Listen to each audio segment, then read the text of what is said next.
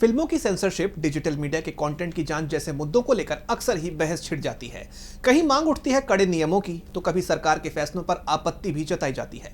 इस बीच केंद्रीय फिल्म प्रमाणन बोर्ड यानी सीबीएफसी को लेकर नया विवाद खड़ा हो गया है। बताया जा रहा है कि कई सालों से इस बोर्ड की बैठक नहीं हुई है, जिसके चलते कई फैसले लटके हुए हैं। तो क्या है पूरा मामला, जानेंगे इस रिपोर्ट में। सरकारी संस्थानों को लेकर अक्सर ही आपने सुना होगा कि विभागों में काम नहीं हो रहा है। सरकारी काम में लापरवाही आम बात हो गई है और मोदी सरकार पर तो पहले से ही आरोप लगते रहे हैं कि वो अपने हिसाब से सभी संस्थानों को चलाने की कोशिश करती है।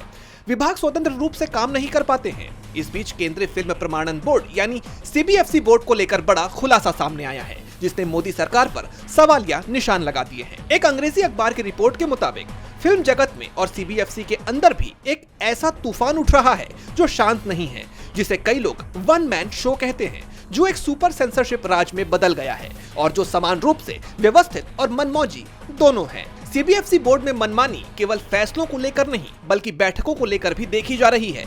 सिनेमेटोग्राफ प्रमाणन नियम 2024 के तहत इस 12 सदस्यीय बोर्ड को हर 3 महीने में एक बार बैठक करना जरूरी है, लेकिन इसकी आखिरी बैठक 6 साल पहले यानी 31 अगस्त 2019 को हुई थी। सीबीएफसी की वेबसाइट पर आखिरी सालाना रिपोर्ट 2016-17 की ही डाली गई है, जबकि नियमों के तहत बोर्ड को सूचना एवं प्रसारण मंत्रालय को अपनी वार्षिक रिपोर्ट देनी होती है। लेकिन जब पिछले 6 साल में कोई बैठक ही नहीं हुई तो रिपोर्ट पेश होना तो दूर की बात है। ऐसे में इस संवैधानिक संस्था की कार्यप्रणाली पर गंभीर सवाल खड़े हो गए हैं।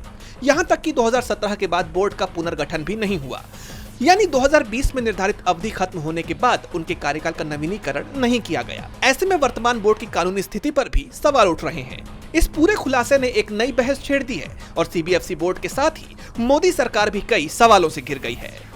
डीबी लाइव की रिपोर्ट।